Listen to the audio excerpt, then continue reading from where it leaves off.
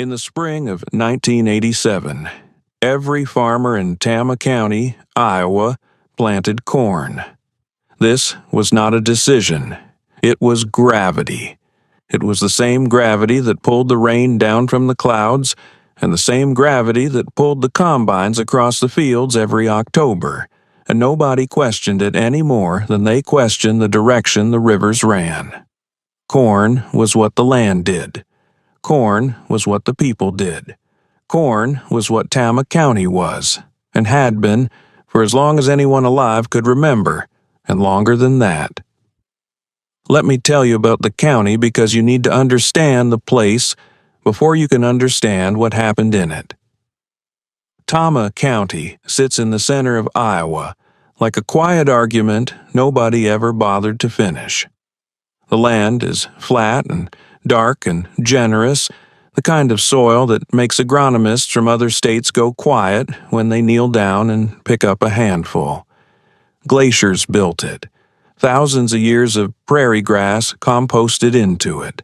The organic matter content in a good Tama County field ran 2, 3, sometimes 4% above what you'd find in the counties to the south, and the farmers who worked it knew this the way they knew their own names. They had earned the right to be confident about that soil. They had reason to be proud. There were, in 1987, roughly 340 working farms in Tama County.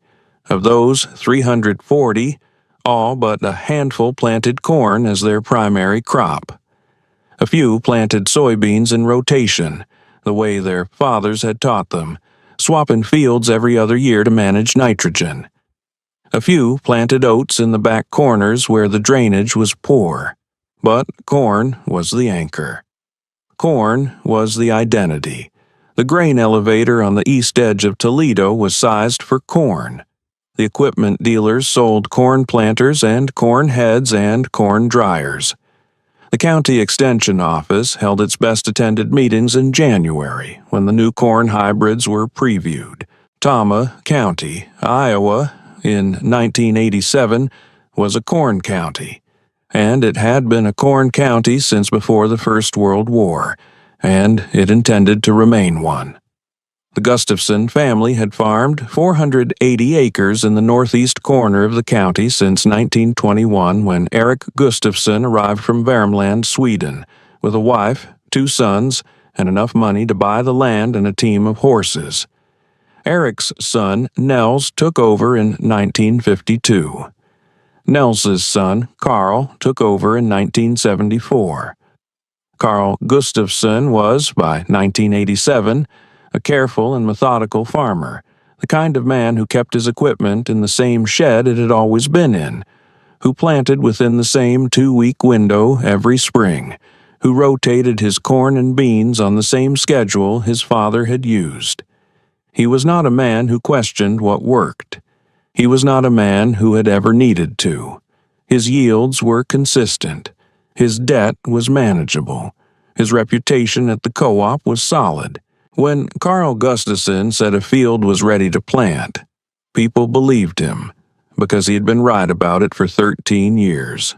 Carl's daughter, Claire, was 22 years old in the spring of 1987.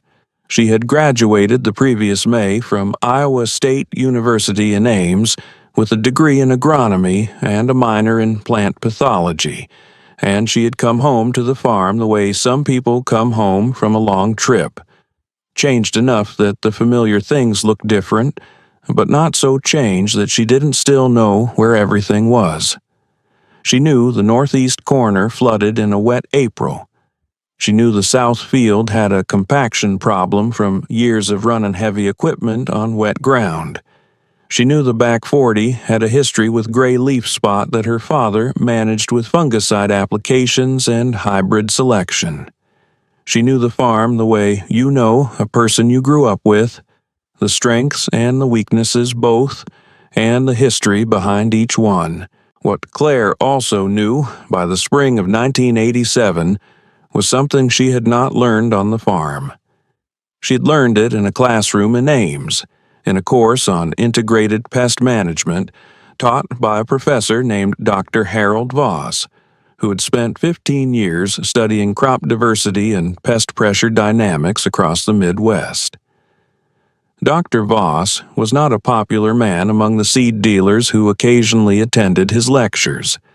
He had a habit of saying things that made them uncomfortable, things backed by data from field trials in Illinois and Minnesota and Nebraska, things that the data said clearly, but that the industry preferred not to advertise. Let me tell you about what Claire learned in that classroom because it is the reason this story exists. Dr. Voss had a phrase he used so often that his students wrote it on the inside covers of their notebooks. Monoculture is a loan you take out against disaster. What he meant by that was simple, and he explained it simply, because he believed simple explanations were the most honest ones. When a field grows only one crop, it builds an environment perfectly suited to the pests and pathogens that feed on that crop. Every year, the same crop is planted. Those pests become more numerous, more adapted, more entrenched. The soil biology shifts toward them. The overwintering populations increase. The resistance to chemical controls begins to develop. A monoculture farm is not just a farm growing one thing. It is a farm spending years building the ideal conditions for its own destruction. Claire had written that down. She had written down the field trial data, too. In a multi-year study conducted across 12 farms in central Illinois between 1979 and 1985, farms that incorporated at least 2 non-host crops into rotation showed an average of 34% lower pest pressure than farms planting continuous corn or corn-soybean only. The pest populations on the diverse farms did not disappear. They cycled. They had natural checks. They never built the kind of sustained pressure that could devastate a single crop across an entire county in a single season. The diverse farms also showed a 19% improvement in soil aggregate stability over the 6-year period, which translated directly into better water retention during drought and better drainage during wet years. The numbers were not ambiguous. They were not preliminary. They were 6 years of data from 12 farms, and they said the same thing every year. What they said was, any farm that grows only one thing is a farm that needs only one disaster to fail. Claire had also studied a second piece of research that Dr. Voss assigned in the 4th week of the semester, a paper from the University of Minnesota Extension Service examining the economic performance of diversified small grain and legume rotations in the upper Midwest between 1975 and 1982. The paper compared per-acre net revenue on farms using 3-crop and 4-crop rotations against farms using corn-soybean only. In 5 of the 7 years studied, the diversified farms outperformed the corn-soybean farms on a per-acre net basis, not because their gross yields were higher, but because their input costs were lower and their risk exposure was distributed. In the 2 years the diversified farms underperformed, they underperformed by an average of $11 per acre. In the 5 years they outperformed by an average of $38 per acre. Over 7 years, the math was not close. Claire Gustafson came home from Ames with all of this in a notebook, and she sat down with her father at the kitchen table in the March of 1987, and she told him she wanted to try something different. Let me tell you about that kitchen because it matters. It was a practical room, not a decorative one. The table was oak, bought in 1958, with the kind of scratches and stains that mean a table has been used for everything a table can be used for. There was a window above the sink that looked out over the south field, and in March the field was still brown and flat. the corn stalks from the previous fall chopped and lying in rows, waiting for the disc. Carl sat at the head of the table with his coffee and his seed catalog, and Claire sat across from him with her notebook open, and she told him about Dr. Voss and the Illinois field trials and the Minnesota revenue study. And she told him she wanted to plant a portion of the farm in oats and winter wheat and hairy vetch as a cover and nitrogen fixer, and she wanted to try a small plot of sunflowers on the sandy ground near the back fence line where the corn never did well anyway. Carl Gustafson listened. He was a man who had learned to listen before he spoke, which is rarer than it sounds. He looked at the notebook. He looked at the numbers. He turned the pages slowly, the way a man reads something he wants to understand rather than something he wants to dismiss. When he was done, he set the notebook on the table and picked up his coffee and looked out the window at the south field for a long time. "I need to think about it," he said. That was a Tuesday. By Thursday, Claire's mother Ingrid had said her piece. Ingrid Gustafson had not gone to college, but she had kept the farm's books for 22 years, and she understood revenue and risk in the way that people understand things they have lived with rather than studied. She told Carl, quietly, in the kitchen after dinner, that the girl had done the math, and the math was sound, and that the back 40 had never broken even on corn anyway, and that it would cost them nothing to try. Carl said he knew. Ingrid said she knew he knew. The conversation ended there, but something in it had shifted. Carl told Claire on Saturday morning that she could plant 80 acres her way. The back 40, the sandy northeast corner where the corn always ran thin, and the wet strip along the drainage ditch that flooded every third spring and had cost them 2 corn crops in the last decade. 80 acres out of 480. Not a revolution, a test. Claire said thank you and went to the barn and opened her notebook. "Let me tell you about Gene Crowley because you need to understand the man before you can understand the laugh." Gene Crowley was 58 years old in 1987 and had been the primary seed and chemical dealer serving the northeast quarter of Tama County for 19 years. He was not a dishonest man. He was a man who had built something real, a business, a reputation, a network of relationships that ran through every farm in his territory, and he had built it by being right about corn. He knew corn. He knew the hybrids, the planting populations, the fungicide schedules, the nitrogen programs. He had helped a lot of farmers in Tama County make money, and he knew it, and they knew it, and that knowledge had given him a kind of authority that he wore the way some men wear good boots, constantly, without thinking about it, as though it had always been part of him. Gene held court at the co-op on Tuesday and Thursday mornings, the way certain men in small communities hold court, not by announcing it, but by being there consistently enough that people come to expect it. He would be at the counter with his coffee by 7, and by 7:30 there would be 3 or 4 other men there, and by 8 there might be 6 or 7, and the conversation would move through seed prices and weather and equipment and the general state of things, and Gene's opinions would settle into the conversation the way rocks settle into a stream bed, heavy, immovable, shaping the current around them. Claire Gustafson made the mistake, if it was a mistake, of stopping at the co-op on a Thursday morning in early April.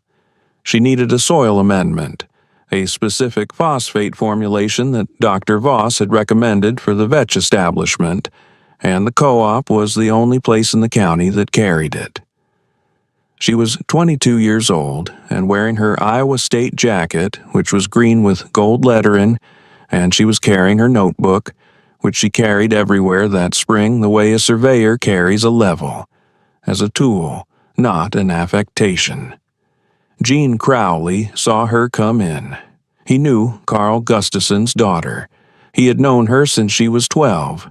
He asked her what she was after, and she told him why, and she told him about the rotation plan, because she was 22 and had not yet learned the particular kind of discretion that comes from being burned by a conversation you didn't need to have.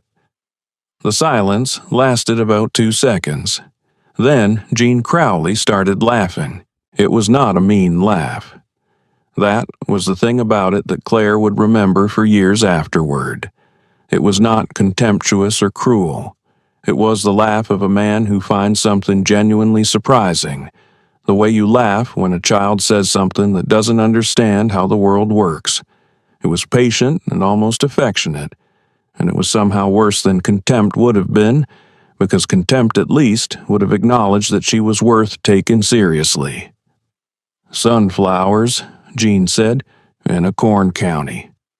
He said it the way you'd say swimming in a desert county, as though the category mismatch alone was the joke. The other men at the counter smiled. One of them, a farmer named Hal Thornton, who ran 600 acres 3 miles to the south, shook his head slowly. "Your daddy know about this?" Hal asked, and the question was not hostile, but it was not neutral either. It was the question of a man who assumes the relevant authority is elsewhere. Claire told them yes, her father knew, and her father had agreed, and she had the data from the Illinois trials and the Minnesota study if anyone wanted to look at it. She said this calmly, because she had expected something like this, though she had not expected it to feel quite the way it felt. She put the notebook on the counter and opened it to the revenue comparison table. Gene looked at the table. He looked at it the way a man looks at a document in a language he doesn't speak. Not uninterested, but not engaged either, as though the symbols are real, but the meaning is not accessible to him. "Those are Illinois numbers," he said. "This is Iowa." "The soil types are comparable," Claire said. "The pest pressure dynamics are the same." "The market's different," Gene said. "You can't move sunflowers out of this county. There's no elevator for them. You'd be hauling to Marshalltown at minimum." "I've already called the elevator in Marshalltown," Claire said. "They're buying at 11 cents a pound, and my projected yield on that sandy ground is 1,400 pounds per acre. That's $154 per acre gross against an input cost of about $60. My corn, on that same ground last year, netted $31 an acre after inputs." Gene looked at her for a moment. His smile was still there, but it had gotten smaller. "That's your projection," he said. "First year. No experience with the crop." "That's correct," Claire said. "That's why we're starting with 80 acres. Gene Crowley sold her the phosphate amendment. He did not say anything else about the sunflowers or the vetch or the rotation plan. But as Claire was walking out the door, she heard Hal Thornton say something to the men at the counter, something she didn't catch completely. But the word she caught was Ames, and the tone was the tone of a man explaining why something doesn't apply here. Claire drove home on the county road with the windows down and the notebook on the passenger seat, and she did not say anything to anyone about what had happened at the co-op. She went to the barn, and she started planning her planting schedule. Let me tell you about the spring of 1987, because it was not a gentle one. April came in cold and wet, the way Iowa Aprils sometimes do, with 3 inches of rain in the first 2 weeks and ground temperatures that stayed below 50 degrees until the 23rd. Carl Gustafson watched his planting window compress and made the decision, as he had made it before, to wait. He was right to wait. The corn he planted in the first week of May went in on ground that was ready, and it emerged clean and even. The kind of stand that makes a farmer feel, briefly, that everything is under control. Claire planted her 80 acres in 2 phases. The winter wheat and hairy vetch went in first, On the wet strip along the drainage ditch, broadcast seeded in late April when the ground was still soft. The vetch was a nitrogen fixer. Dr. Voss had recommended it specifically for ground that had been in continuous corn, where the soil biology had been simplified by years of the same inputs. The vetch would put 80 to 120 pounds of nitrogen per acre back into the soil by the time it was turned under, which meant the following year's corn on that ground would need significantly less synthetic nitrogen. The math on that alone was compelling. Claire had done it 3 times to make sure. The sunflowers went in the second week of May on the sandy northeast corner in rows 30 inches apart with a population of 18,000 seeds per acre. She used an open pollinated variety that Dr. Voss had recommended, one with a 90-day maturity that would come out of the ground before the first frost in a normal year. She used no insecticide at planting. She used a reduced-rate herbicide on a split application schedule. Her total planting cost on those 40 acres was $41 per acre, compared to $67 per acre for her father's corn ground. She wrote all of this in the notebook. The neighbors noticed. It is impossible, in a county of 340 farms on flat ground with long sight lines, to do something different without people noticing. By the third week of May, when the sunflowers were 2 inches tall and clearly not corn, 3 different farmers had slowed their trucks on the county road to look. One of them stopped and got out and walked to the fence line and stood there for a while before driving on.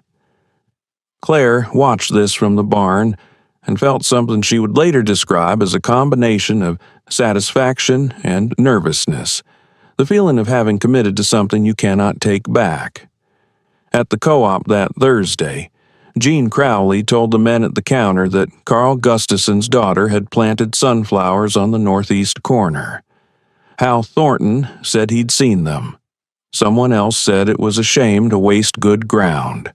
Gene said it wasn't good ground, which was true, and that it still seemed like an odd choice, which was also, in his view, true. Nobody at the counter said anything in favor of it. Nobody at the counter had read the Minnesota study. Let me tell you about the summer of 1987, because the summer is where the notebook started to prove itself. The Corn County had a good summer. Rainfall was adequate, temperatures were warm but not brutal, and by July the corn in Tama County was as tall and clean as anyone had seen in several years. Carl Gustafson's corn was no exception. His stands were even, his canopy closed early, his ear set looked promising. He walked his fields in the evenings the way he always had, checking for disease, checking for pests, feeling the stalks for stalk rot. Everything looked right. Claire walked her fields too. The sunflowers were extraordinary. They had taken to the sandy ground in a way that corn never had. Their deep tap roots, some of them going down 4 and 5 feet, according to the research she had read, pulling moisture from layers of the soil profile that corn roots never reached. In a dry week in late June, when the corn in the adjacent field showed the first signs of moisture stress, the sunflowers showed none. They stood straight and dark green, their heads not yet formed, growing at a pace that surprised even Claire, who had read what to expect. The vetch on the drainage strip had done what it was supposed to do. It had fixed nitrogen. It had suppressed weeds. It had held the soil on a strip of ground that had eroded visibly in 2 of the last 5 wet springs. Claire had taken soil samples in April and would take them again in the fall, and the comparison would be in the notebook. The pest pressure that summer was, by the standards of the previous several years, moderate. The western corn rootworm population in Tama County had been building for a decade. The predictable consequence of continuous corn and corn-soybean rotation in a county where the rootworm had learned, through simple evolutionary pressure, to lay its eggs in soybean fields so its larvae could hatch into the corn that would inevitably follow. The rootworm was not a crisis in 1987, it was a cost. It was the cost of $14 per acre in soil insecticide, applied at planting, across most of the corn ground in the county. It was the cost of yield drag on fields where the application had been uneven or the population had been higher than expected. It was a cost that everyone paid and nobody questioned, because it was the cost of being a corn county. Claire's 40 acres of sunflowers paid no part of that cost. Western corn rootworm does not feed on sunflowers. It cannot complete its life cycle on sunflowers. The 40 acres of sunflowers in the northeast corner of the Gustafson farm were, from the rootworm's perspective, a dead end, and the rootworm population in that corner of the farm reflected it. Claire had not expected this to be visible in a single season. It was visible in a single season. She wrote it in the notebook. The sunflowers came off in the third week of September.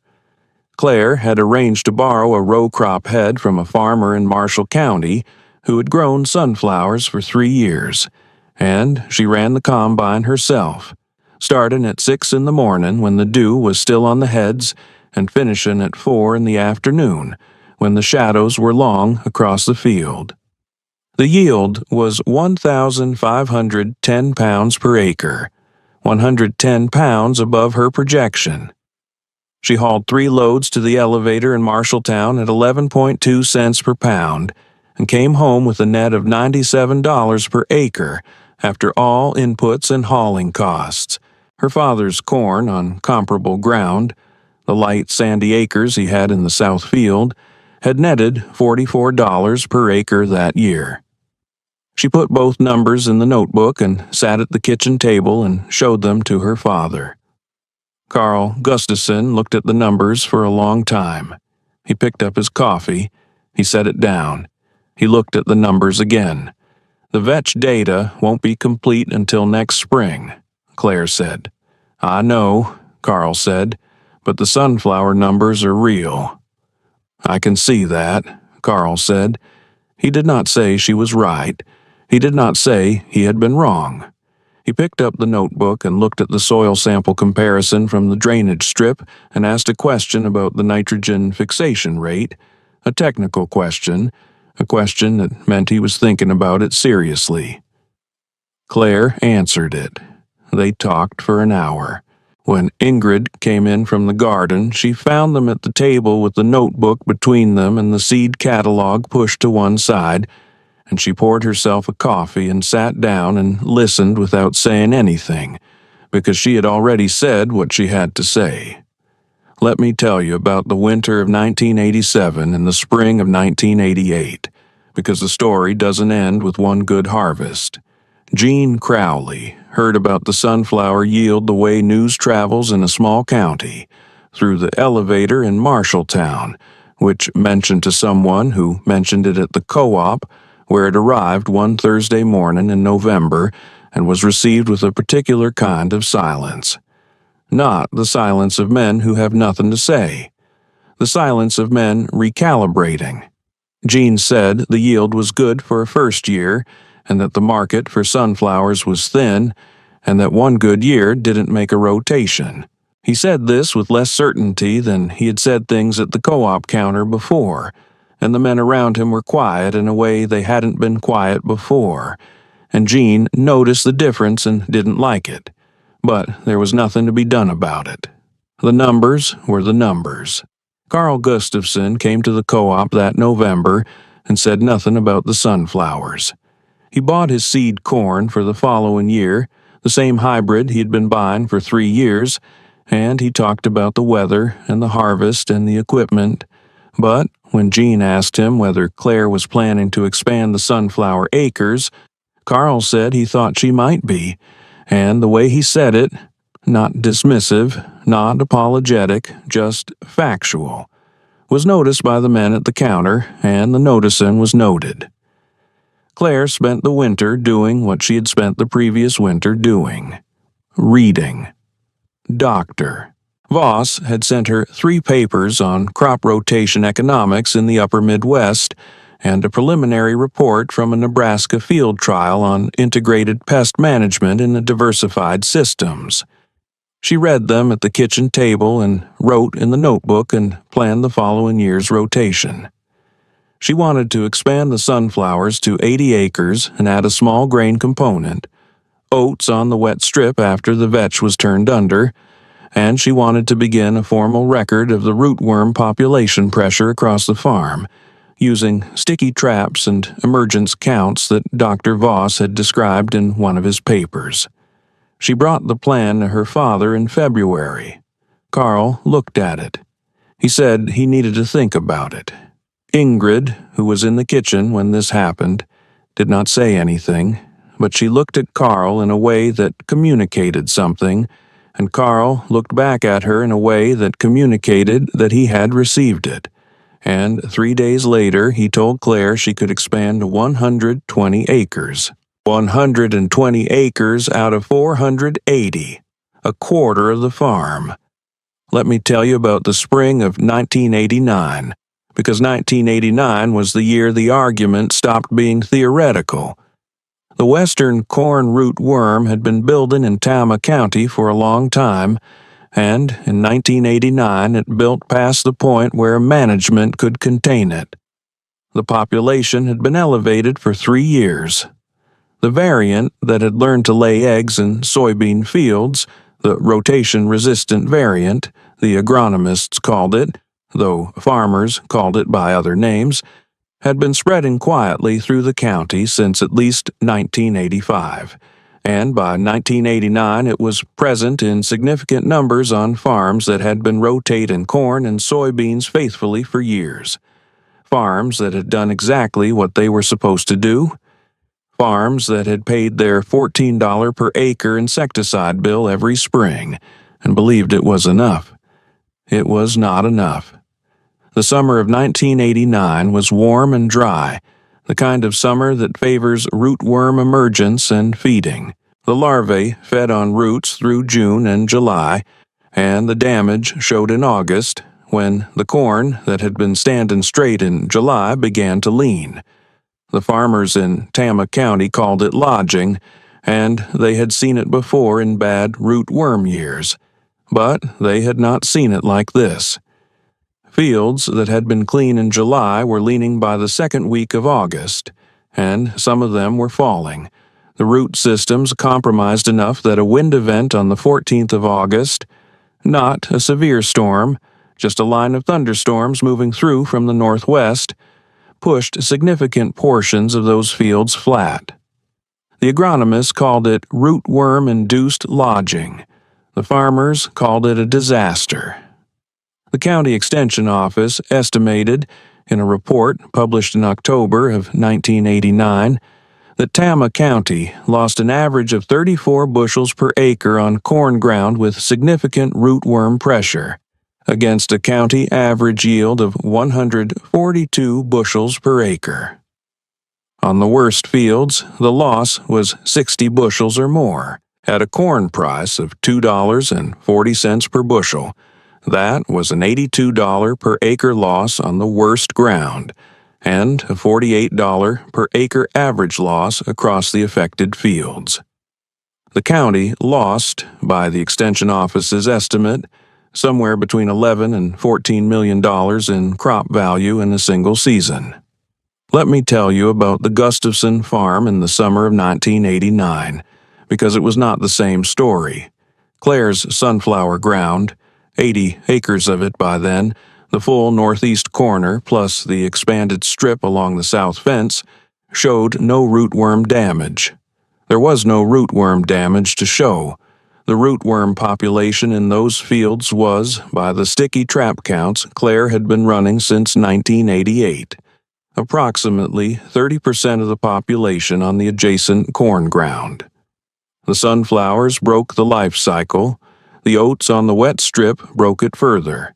The hairy vetch, now in its 3rd year on the drainage strip, had produced a soil biology so different from the adjacent corn ground that the Extension Office agronomist who visited in August stood at the field edge for a long time without saying anything. The corn on the Gustafson farm, the 360 acres that Carl still planted in corn and soybeans, was not unaffected. The rootworm pressure was real, and it crossed fence lines, and Carl lost some yield. But the fields adjacent to the sunflower and oat ground showed measurably lower pressure than fields further from it, and the loss on the Gustafson corn was, by Carl's estimate, about half the county average. He lost 17 bushels per acre on the affected ground. The county lost 34. The sunflower harvest that fall was 1,480 pounds per acre. The price had moved to 12.1 cents per pound. Claire netted $119 per acre after inputs and hauling. Her father's corn on the best ground netted $68 per acre. The sunflower ground had outperformed the best corn ground on the farm by $51 per acre, in a year when the corn county had been devastated. Claire sat at the kitchen table that October and opened the notebook and put the numbers side by side, and she did not feel triumphant. She felt something quieter than that. She felt the particular feeling of a person who has been right about something important, and who knows that being right about it does not make the people who were wrong about it bad people, and who is not sure what to do with that knowledge except to keep the notebook and keep the records and let the numbers say what the numbers say. Carl Gustafson sat across from her and looked at the numbers for a long time. When he looked up, his eyes were the eyes of a man who has revised something fundamental, not dramatically, but permanently, the way a river revises its course, not all at once, but in a direction it doesn't reverse. "You were right," he said. Claire nodded. "The rotation," Carl said. "The diversification. The whole thing." "The data was right," Claire said. "I just read it." Carl was quiet for a moment.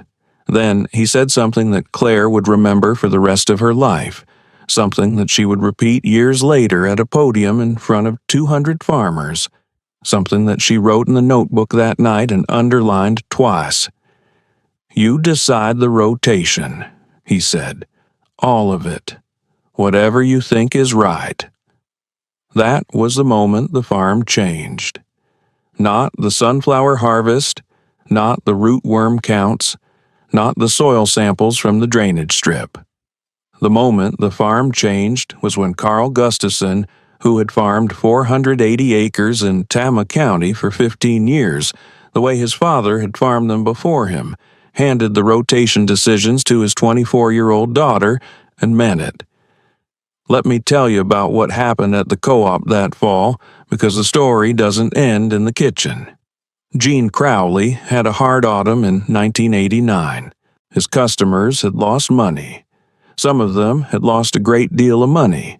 He had sold them the insecticide programs, the hybrid selections, the nitrogen schedules, all of it calibrated for a corn county doing what a corn county does. And it had not been enough. And he knew it had not been enough, and the men at the co-op counter knew it too. The Thursday morning conversations were quieter than they had been. Hal Thornton had lost 58 bushels per acre on his worst field and had said, at the counter one morning, that he was going to have to talk to the bank, and the way he said it was the way a man says something he has been trying not to say for weeks. Gene had heard about the Gustafson numbers.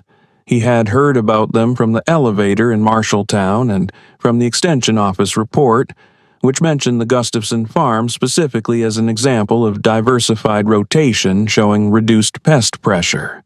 He had heard about them from 2 different farmers who had driven past the Gustafson northeast corner in August, when the rest of the county was leaning, and seen Claire's sunflowers standing straight and dark against the sky.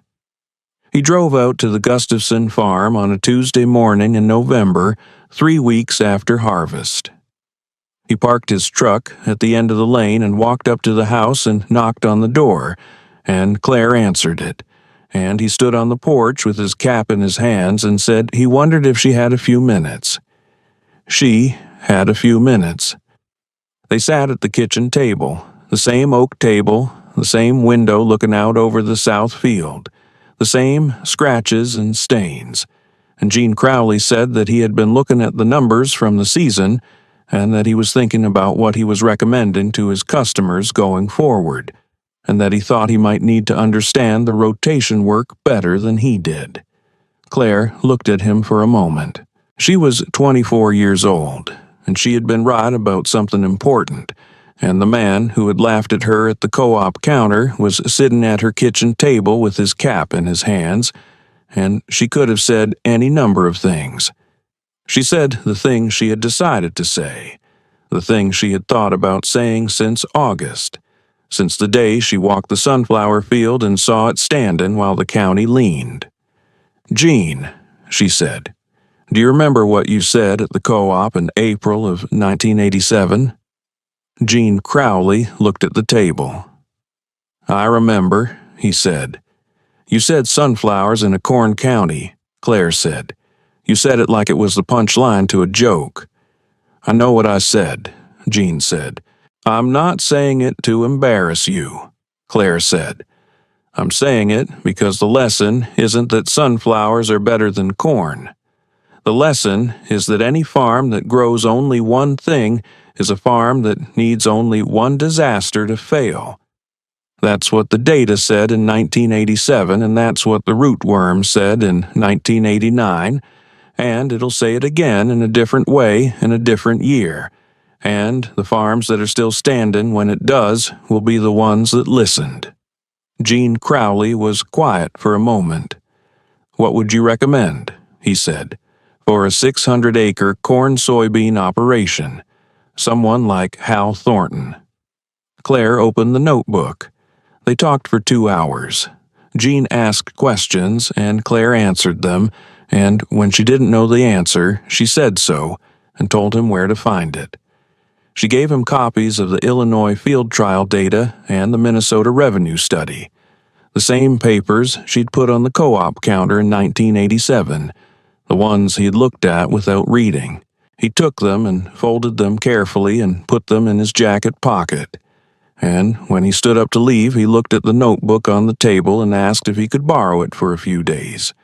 Claire said she'd make him a copy. Let me tell you about the years that followed, because the story doesn't end at the kitchen table. In 1990, 4 farms in the northeast quarter of Tama County added sunflowers or small grains to their rotation. In 1991, it was 9 farms.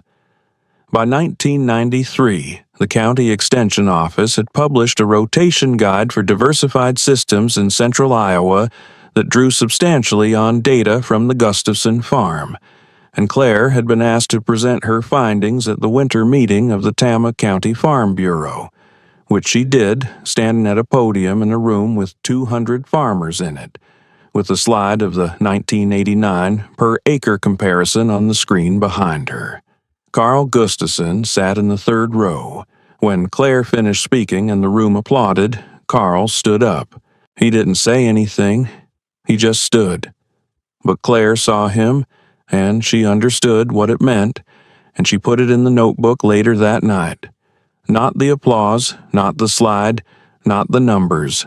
Just, Dad stood up. Gene Crowley came to that meeting. He sat in the back row and listened to the whole presentation and did not say anything during the question period. But afterward, in the parking lot, he found Claire and told her that he had changed his standard rotation recommendation to include a 3rd crop option for all customers with sandy or poorly drained ground, and that he had used her data to make the case to his seed company rep. He said it without ceremony, the way a man says something he has thought about for a long time and is finally ready to say out loud. Claire thanked him. She meant it. Hal Thornton had added oats and a small sunflower plot to his rotation in 1991. By 1993, his per-acre net on the diversified ground was running $28 above his corn-soybean average. He told Carl Gustafson about this at the co-op one Thursday morning, and Carl said that sounded about right, and the men at the counter did not laugh because there was nothing funny about $28 per acre, and because the year before had been dry, and the Thornton sunflowers had stood straight through July while the corn showed stress, and everyone at the counter had driven past and seen it. Let me tell you one last thing about the Gustafson farm, because the story has one more turn. In the spring of 1997, Claire's daughter, she had married a farmer from Hardin County named Tobias Lindgren in 1992, and they had moved back to the Gustafson place to farm with Carl. Was 8 years old and already following her mother through the fields the way Claire had followed Carl. Her name was Anna, and she was a serious child who asked questions that her parents had to think about before answering. That spring, Anna came home from school with a library book about hemp production in Canada, and she sat at the kitchen table, the oak table, the same one, and told her mother that hemp had a deeper root system than sunflowers and fixed more organic matter per acre than vetch, and that there was a new federal pilot program allowing limited production in the certain states, and that Iowa was on the list. Claire looked at her daughter for a long time. She looked at the library book. She thought about a Thursday morning in April of 1987, and a co-op counter, and a laugh that had been patient and almost affectionate, and somehow worse than contempt. She thought about a notebook and a professor named Dr. Voss, and a sentence she had written on the inside cover of that notebook: "Monoculture is a loan you take out against disaster." She looked at Anna and said, "Show me the data." Anna opened the library book to a page she had dog-eared, and Claire leaned over and read it. And then she went to the shelf and got the notebook. Not the original, which was in a box in the barn, but the current one, the one she had been keeping since 1993, and she sat down at the table and opened it to a blank page, and she wrote the date at the top, and she said, "Okay, let's start from the beginning." Tobias Lindgren, who was sitting in the corner with his coffee and had not said a word through any of this, looked at his wife and his daughter at the kitchen table with the notebook between them, and he smiled the smile of a man who has seen this before and knows how it ends. The Gustafson farm still runs 480 acres in the northeast corner of Tama County. The rotation changes every few years, as the data changes and the markets change and the knowledge accumulates. The notebook is on its 6th volume. The sunflower ground is still in sunflowers mostly, though some of it rotates through hemp and winter triticale now, and the soil organic matter on the old, sandy northeast corner has risen from 1.8% in 1987 to 3.1% today, which the Extension Office says is not possible in that time frame, and which the soil samples say happened anyway. Gene Crowley retired in 2001. Before he did, he changed his standard rotation recommendation one more time, adding a 4th crop option for all customers in the county.